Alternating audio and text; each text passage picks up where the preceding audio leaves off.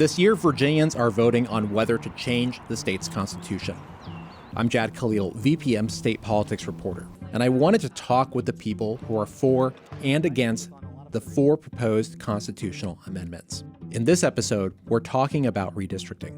In July 2025, President Donald Trump launched a pressure campaign on Republican-controlled state legislatures. He asked them to redraw congressional districts so their party would have an easier time maintaining control of Congress. Virginia seemed out of the mix until Democrats here abruptly called lawmakers back to Richmond to start the legislative process of allowing Virginia to enter the nationwide redistricting campaign. Donald Trump put Virginia Democrats in a position to where they had to respond. There is no other choice. But opponents say Virginia's redistricting plan is bad for democracy. If the Democrats do it, then the Republicans are going to want to do it, and vice versa. We're going to be in this tit-for-tat internal war in Virginia over this, and we can just do better. It's all led up to now, when voters will have the final say on whether to redraw Virginia's congressional districts this year or not. This is Amending Virginia. The Democrats' proposed amendment would give the legislature permission to draw new, temporary districts for the House of Representatives earlier than usual. Here's what Virginia's congressional map looks like now, and this is the proposal. The current map is a 6-5 split favoring Democrats. The new map could give Dems 10 out of 11 seats. The amendment is written so that a redraw can only happen if another state has redone their congressional map for political purposes.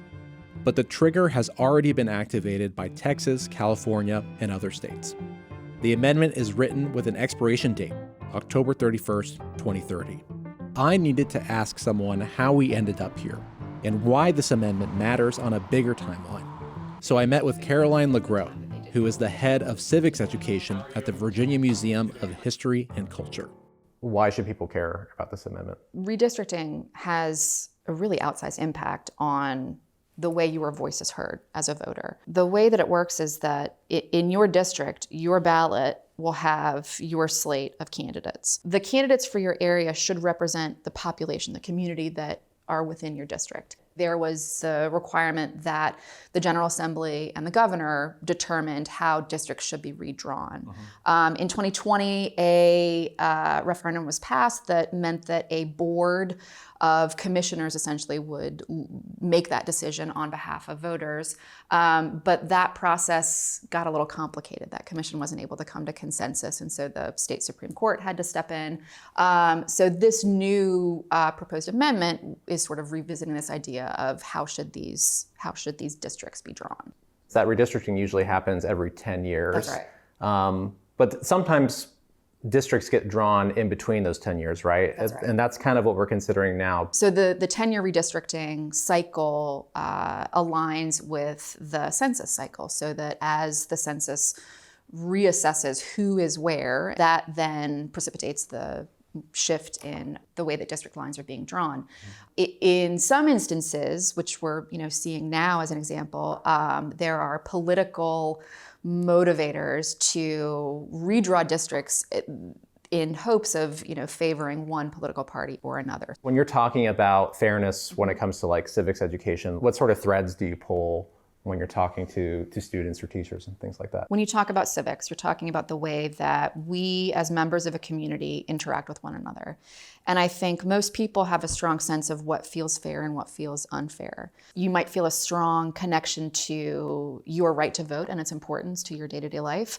The idea of how your district is drawn may not occur to you as a voter as a key part of that right. Is it fair for Virginia to consider redistricting based on a political motive?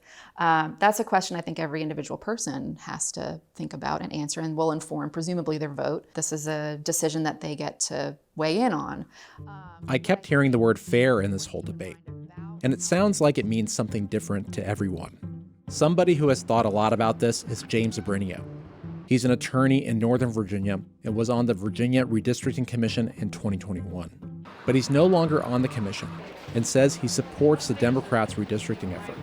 We talked about why over a couple Americanos.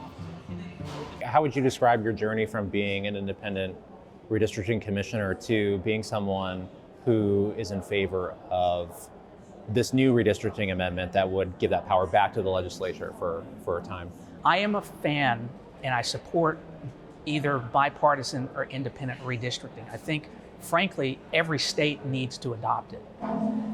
The reason that I have changed my view on what we should be doing in 2026 is because I see Donald Trump's efforts as a unique, once in history, unprecedented effort to use redistricting to protect himself in the midterms. I don't even think he's trying to protect the Republicans. And I think that we as Virginians have to send a message to Donald Trump and to any future president that wants to game the system like this. There will be political costs. It sounds like you were conflicted about the decision a little bit to start. Can you talk a little bit more about that sort of push and pull in your political thought? Sure, because I mean, it's easy to look at the principle of gerrymandering and saying that is not good. That is a stain on our political system. It is a poison. It is abused by both sides. Both parties are guilty of gerrymandering. Two wrongs don't make a right. That's ultimately the argument for the no campaign. And frankly, for me, I had reservations. But then there's this concept that we all are aware of self-defense. If you punch me in the face and I punch you back to defend myself, that is justified. There's a legal justification for that. That's really what we're doing, is we're defending ourselves from Trump's attack on our democracy in the most cynical way possible by using our love for anti-gerrymandering against us. What do you think fairness means in the context of this redistricting amendment debate? So it's easy to look at just Virginia and just right now at this moment and ignore Trump, ignore the history, and to say what the Democrats are doing right now is unfair. When you actually look at what Trump has done, he's really given us only two alternatives. And you have to ask the context of what is fair within those two alternatives. Number one, we respond to him in order to deter this action and to take back the seats that he's still stolen, or we sit back, do nothing, and allow him to steal voices of Virginia Democrats. And so how do I resolve what's fairer? The basic concept of you have a right to defend yourself. And that's all I'm asking that Virginians do, is consider that. We are changing the congressional map, or that's the goal, because when you look at Congress, you have to look at the entire puzzle of the United States.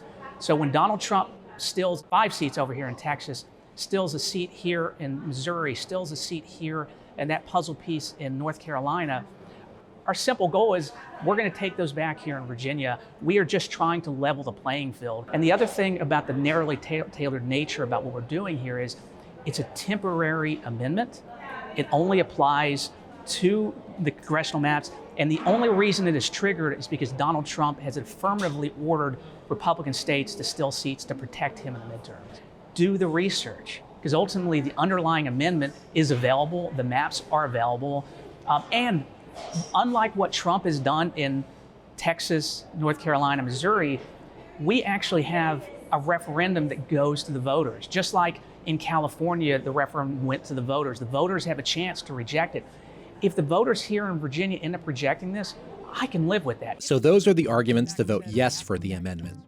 But there are arguments for voting no, of course.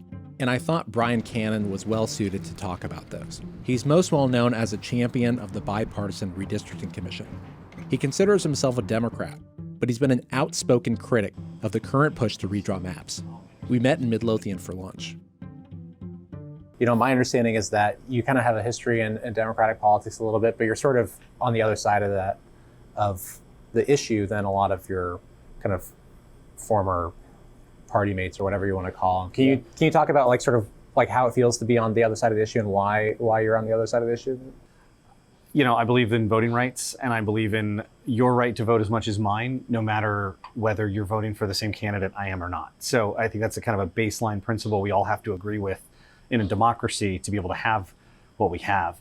And gerrymandering robs people of that. It makes, in this case, it'll make Republican votes matter significantly less. It's going to rob rural voters of representation.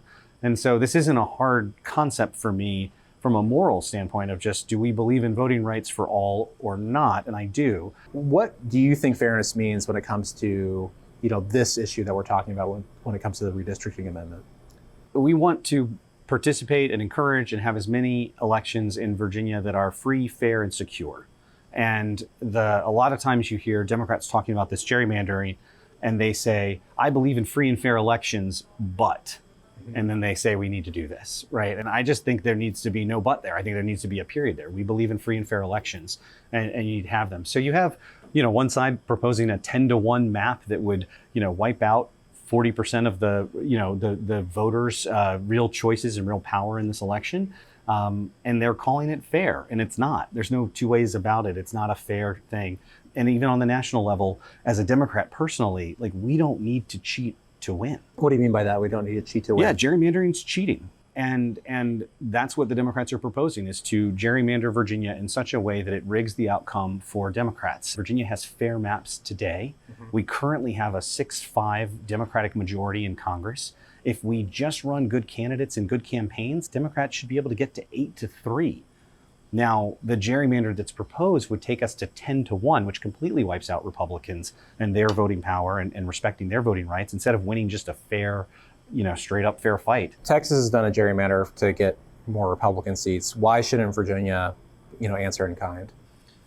You hear that a lot. Should we fight fire with fire? And I think the real answer is we should fight fire with water, and we should actually strengthen our democracy here, not erode it. But in the bigger picture, you get the midterm, the average pickup for the party out of power is 25 seats. And we don't have to gerrymander to get that. We can just win free and fair. One other thing that I think is always brought up is the temporary nature of the amendment. What do you think about it only lasting 3 election cycles, right? It's 3 cycles. So the next time if this amendment passes and Virginia's gerrymandered, the next time we will have fair congressional districts and be represented by those people is January of 2033.